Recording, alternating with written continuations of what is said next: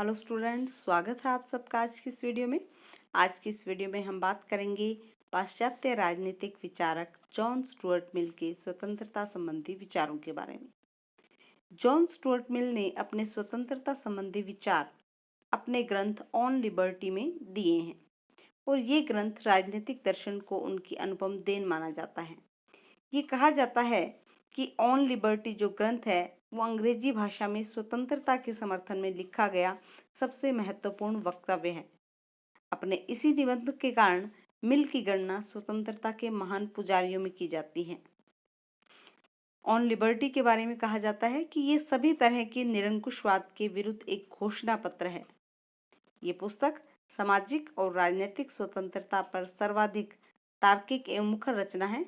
इसीलिए मिल की लिबर्टी को विश्व की राजनीतिक साहित्य की सर्वश्रेष्ठ कृतियों में माना जाता है। अब हम देखते हैं कि मिल ने स्वतंत्रता के क्या लक्षण बताए हैं। मिल स्वतंत्रता का समर्थन व्यक्ति और समाज दोनों की दृष्टियों से ही करता है। मिल स्वतंत्रता के दो लक्षण बताता है। पहला लक्षण तो बताता है कि व्यक्ति स्वयं अपना स्वामी है, अर्थात व्यक्ति अपने ऊपर सर्वोच्च सत्ता रखता है। मिल के ही शब्दों में व्यक्ति अपने शरीर और मस्तिष्क का स्वामी है और इसलिए उसे अपने से संबंधित प्रत्येक कार्य में पूर्ण स्वतंत्रता होनी चाहिए। इस संबंध में समाज को व्यक्ति के ऊपर कोई भी प्रतिबंध नहीं लगाना चाहिए। स्वतंत्रता का दूसरा लक्षण मिल बताता है अपनी इच्छानुसार कार्य करने की स्वतंत्रता, और ऐसी जो स्वतंत्रता है उसे नियंत्रित किया जा सकता है। इसी आधार पर मिल ने स्वतंत्रता के दो प्रकार बताए हैं। स्वतंत्रता को दो भागों में बांटा है। पहली स्वतंत्रता है विचार और अभिव्यक्ति की स्वतंत्रता और दूसरी स्वतंत्रता है कार्य करने की स्वतंत्रता। सबसे पहले बात करते हैं विचार और अभिव्यक्ति की स्वतंत्रता के बारे में।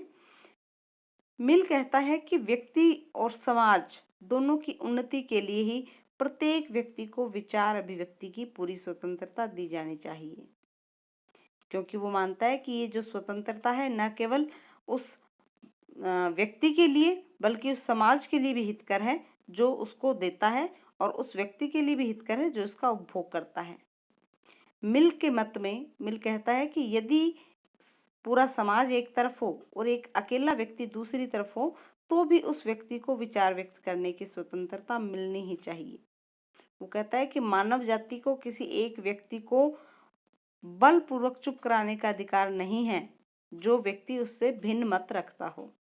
इस प्रकार जो मिल है वो विचार और अभिव्यक्ति की स्वतंत्रता का जोरदार समर्थन करते हैं। कई वो तर्क देते हैं विचार अभिव्यक्ति की स्वतंत्रता के पक्ष में।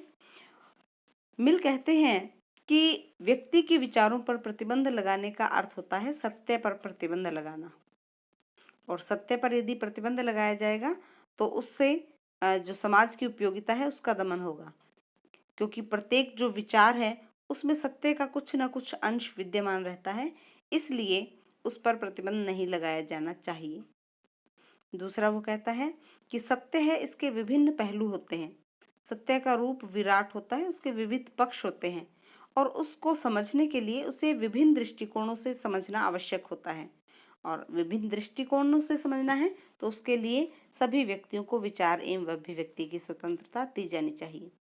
विचार अभिव्यक्ति की स्वतंत्रता के पक्ष में मिल तर्क देते हुए कहते हैं कि विचार विमर्श और वाद विवाद के द्वारा ही सत्य की खोज की जा सकती है, क्योंकि विचार विमर्श तर्क वितर्क से, वाद विवाद से विचारों का स्पष्टीकरण होता है और हमारा जो विचार है वो और अधिक सुदृढ़ होता जाता है, और इसी से जो हमें जो सत्य है उसकी प्राप्ति होती है। इसके साथ ही वो कहता है कि समाज के उत्थान के लिए भी व्यक्ति को विचारों की और अभिव्यक्ति की स्वतंत्रता जरूरी है, क्योंकि जब कोई समाज सुधारक समाज में प्रचलित रूढ़िवादी विचारों, रीति रिवाजों और परंपराओं को बदलना चाहते हैं तो उसके लिए उसे विचार अभिव्यक्ति की स्वतंत्रता आवश्यक होती है। तो इस प्रकार कई इन आधारों पर जो मिल है वो विचार और अभिव्यक्ति की स्वतंत्रता का समर्थन करते हैं। जो मिल है वो व्यक्ति की इस स्वतंत्रता पर किसी भी प्रकार का अंकुश लगाने का पक्ष नहीं रखते। वो स्पष्ट कहते हैं कि विचारों को खिलने दो, उन्हें अभिव्यक्त होने दो, उन्हें जंजीरों में मत बांधो। क्योंकि जो विचार हैं वो मानव समाज के विकास और उसके उत्थान के लिए प्रेरणा स्रोत होते हैं। तो मिल है वो कहते हैं कि प्रत्येक प्रकार के विचारों एवं दृष्टिकोणों का जो है सबके सामने प्रकट किए जाने का व्यक्ति को अधिकार होना चाहिए। तो इस प्रकार वो विचार और अभिव्यक्ति की स्वतंत्रता का प्रबल समर्थन करते हैं। मिल दूसरे प्रकार की स्वतंत्रता बताते हैं, कार्य करने की स्वतंत्रता। मिल कहते हैं कि विचारों की स्वतंत्रता अपूर्ण है यदि उन विचारों को क्रियान्वित करने की स्वतंत्रता ना हो। अब कहते हैं कि ये तो बिल्कुल वैसा ही है जैसे पक्षी उड़ना तो चाहता है पर उसके पंख नहीं। इसलिए जो मिल है वो इस स्वतंत्रता के दो रूप बताता है। पहला, ऐसे कार्य जिनका संबंध व्यक्ति के स्वयं के साथ होता है, इसे वह स्वयं संबंधी कार्य कहता है। दूसरा, वे कार्य जिसका प्रभाव अन्य लोगों पर पड़ता है, इन्हें वह पर संबंधी कार्य कहता है। मिल कहता है कि व्यक्ति के स्वयं संबंधी कार्यों से दूसरे व्यक्ति प्रभावित नहीं होते। ये जो कार्य होते हैं ये व्यक्ति के नितांत व्यक्तिगत कार्य होते हैं, जैसे उसका खान पान, कपड़े, रहना सहना इत्यादि। कोई व्यक्ति चाहे शाकाहारी हो या मांसाहारी, चाहे वो आलू खाए या प्याज, इससे समाज को कोई फर्क नहीं पड़ता। तो कहते हैं ऐसे जो कार्य हैं इसमें व्यक्ति को अपनी पूर्ण स्वतंत्रता होनी चाहिए, राज्य को कोई प्रतिबंध नहीं लगाना चाहिए। कहते हैं कि राज्य को व्यक्ति पर तब तक कोई प्रतिबंध नहीं लगाना चाहिए जब तक कि वह दूसरों का जो स्वतंत्रता है उसमें हस्तक्षेप न करता हो। दूसरे कार्य जो मिल बताता है वो है पर संबंधी कार्य। पर संबंधी कार्य वे कार्य हैं जिससे समाज तथा अन्य व्यक्ति प्रभावित होते हैं, और ऐसे जो कार्य हैं इसमें राज्य हस्तक्षेप कर सकता है।